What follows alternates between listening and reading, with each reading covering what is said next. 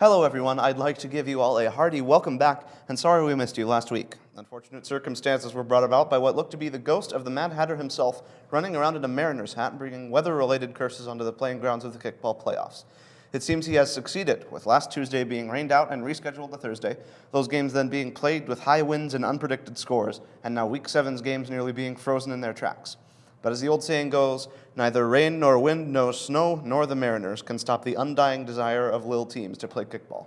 That being said, I have a lot of numbers to catch you up on. Last Thursday saw the beginning of the kickball playoffs, with results going just as the odds-making team planned, with not one out of the 60 entrants in the bracket challenge making 12 out of 12 correct guesses. The Torbeck versus Rao game in the East was a predictable upset, with Torbeck moving on by a score of 10-8. The Central game went exactly according to plan for House Hill, outscoring Rush 7-1 moving on. In the West, however, House Fund barely snatched victory from the jaws of defeat, walking off bailing 7-6 and in the process failing to beat the spread at least one anonymous comment deemed too easy. In the Alabama game, of course, House Rec was given the chance to play House Meyer again, and they mercied that game in 2 innings, moving on by a score of 33-0. In the process, Sam Jones went on to score 21 fantasy points and take the first Player of the Week award for House Rec, while the 3 fantasy leaders extended their leads yet again. Lastly, for the Week 6 recap, the bracket challenge. Out of 60 total entrants, only 23 got all 4 game winners correct, allowing them to move on to the second round. Of those 23, 17 got their responses in on time. Here are the results of those next games. In the East, Fund had more of a decisive victory in their battle against House Hill, earning another predictable upset victory 5-2. They will play the championship game against House Rec, who got their second postseason shutout, knocking out House Torbeck 12-0. The Alabama game saw a rally by Rush finally be able to win them a game. They beat Bailing 15-4 to move on to the Consolation Championship. The last game, however, is in a tricky situation. The teams entered the final inning tied at 13. The top of the inning was allowed to be played, in which House Meyer scored 2 additional runs. The game was then controversially called for time and declared a win for House Meyer, but there was clearly unfairness involved in this decision not to give the teams equal chance to win.